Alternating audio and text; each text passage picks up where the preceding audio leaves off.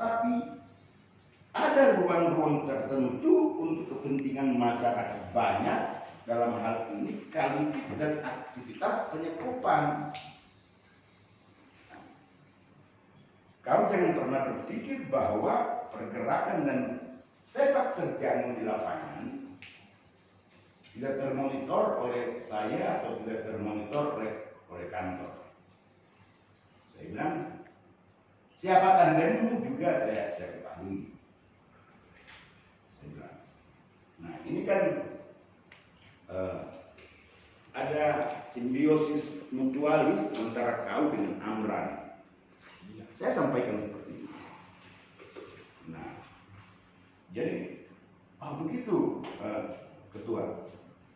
Malam itu, hari ini saya cerita ke Sofia beberapa hari yang lalu.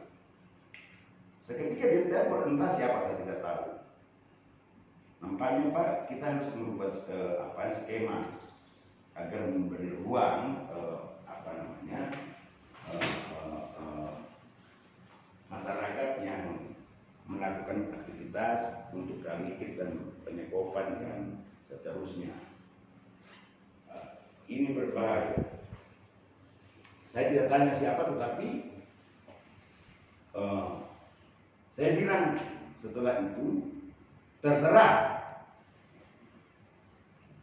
kau atau pengambil kebijakan di atas di perusahaan, entah saat itu Romi sudah keluar dan sudah habis sholat, sudah hadir itu, terserah. Entah siapa pengambil kebijakan di atas, tetapi jika pilihannya seperti sekarang, ya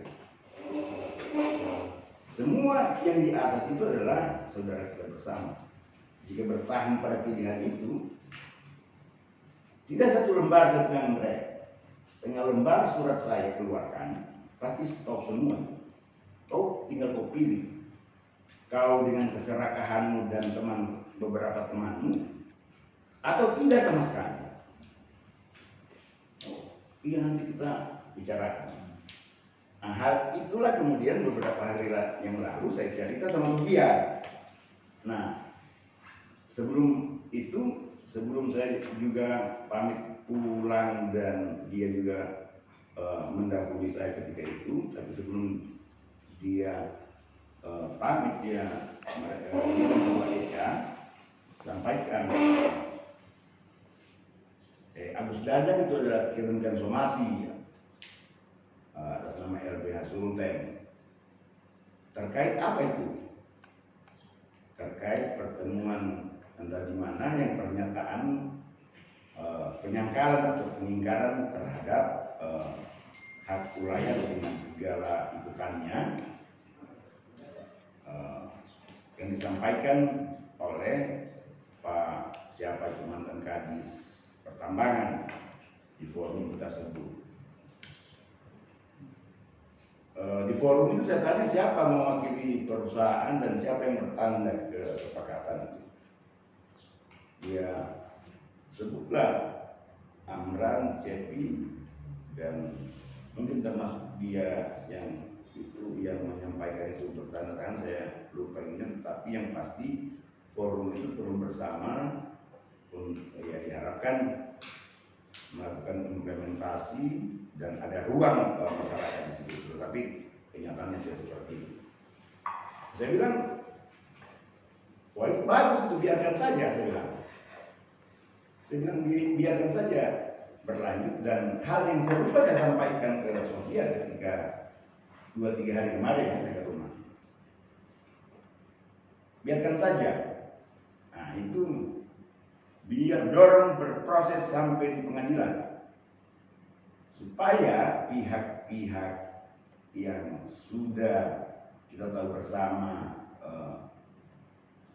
dalam banyak hal karena mungkin kepentingan atau keserakahannya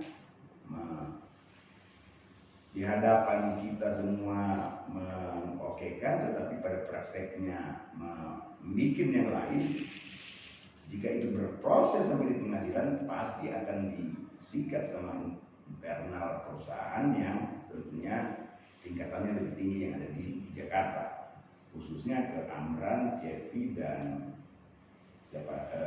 Kiko serta siapa yang konsultan perusahaan CPDM yang juga iya, kalau orang katanya juga sebagai konsultannya Lim dan kawan-kawan perusahaan di mitra CPN.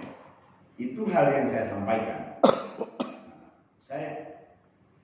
Jelang saya pulang, Sofia bilang, "Tuh kan, ini kalau kita saya mau lepas, biarkan saja chaos." Saya bilang jangan, malulah kita ini dipakai dan dibayar di mana-mana untuk urusan yang serupa, menyelesaikan urusan serupa, tetapi di mata kepala kita sendiri kadang di urusan yang sama tapi terjadi chaos. Saya bilang, teman Sofia, tolong bilangkan ke semua, beri waktu saya sampai hari Rabu untuk mengkomunikasikan kembali soal ini dengan khususnya dengan Pak Gubernur Sulawesi Tengah. Nah, Sofia, oke, nanti saya ini nanti saya sampaikan ke ini, dan saya bilang sama Bang Sofia, titip juga sama Bang Agus, bilang untuk kepentingan bersama, ya tunggu saja, kirim saja somasi kedua, sekaligus sudah usah somasi ketiga, somasi kedua sudah dengan penegasan bahwa upaya dan langkah hukum itu akan dilakukan dalam tenggat waktu sekian hari jika somasi tidak digubris. Nah, saya kira itu perjalanan komunikasi saya terkait urusan Koboya, baik dengan Romi dan terkhusus dengan Andre, karena begitu saya ketemu langsung pasca beberapa tanda petik skema yang oleh saya menduga itu kepentingan dia dengan tanda petik salah satu sahabat dan kawan kita juga yang ada di internal manajemen CPN. Nah, mempersingkat waktu mungkin saya mempersilahkan bapak-bapak khususnya orang-orang tuaku, terutama ketua adat dan tokoh masyarakat. Di sini kebetulan Aju mertua saya,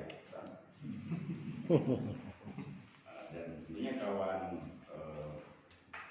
atau adik saya Sofia, untuk menyampaikan hal-hal yang hendak dikomunikasikan dengan Komnas HAM, serta hal-hal yang diharapkan bisa diperankan oleh Komnas HAM terkait dinamika dan masalah yang dihadapi oleh masyarakat, saudara-saudara kita semua yang ada di Kelurahan Koboya.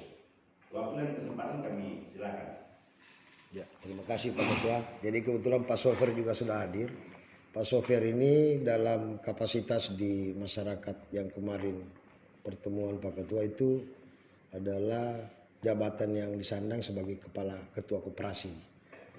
Nah, konsep koperasi ini juga kemarin sempat debatable soal versi daripada yang ditawarkan. Nah, itu yang menjadi mentok 2 kali pertemuan di gubernur. Pikirnya itu adalah pembagian daripada usaha yang sifatnya kita itu posisi yang cangkokan. Mereka yang ngatur nilai persentasenya, padahal ini di tanah wilayah-wilayahnya masyarakat ini yang mau dikelola ini. Ya, kebetulan selamat datang Pak Sofiar.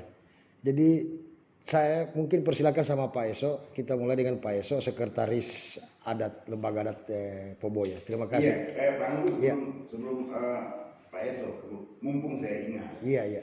Ini salah satu poin diskusi saya dengan Sofia. Nah, dulu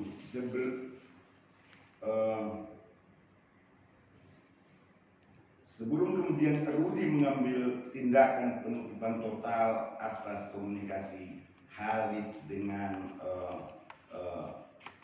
Imam Prasojo dan selanjutnya ke Tito, yang jam 6 pagi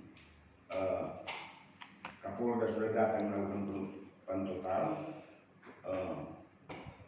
Sesungguhnya kan itu skema atau tindak lanjut dari kita menghadap di Halim ketika itu, yang meminta tolong ke kita untuk melakukan penataan dan pembersihan penggunaan merkuri. Untuk selanjutnya kita tindak lanjuti dan terbukti, tetapi ada ketidakpuasan, ada 11 kaleng atau apa merkuri yang didapatkan di dalam lorong itu, yaitu sebagai bentuk perlawanan mereka via tanda petik oknum di kepolisian yang sengaja menempatkan itu untuk selanjutnya, karena itu menjadi isu besar lagi. Pada akhirnya langkah kepolisian mengambil lewat Kapolda tindakan tegas menyikat semua perendaman. Tetapi kan ada praktek yang ketika itu Bang Agus yang coba saya intervensi di waktu itu saya bilang begini sama Romi, saya tidak mau tahu siapa bosmu, sebagaimana bahasa saya juga ke Bang Agus lalu.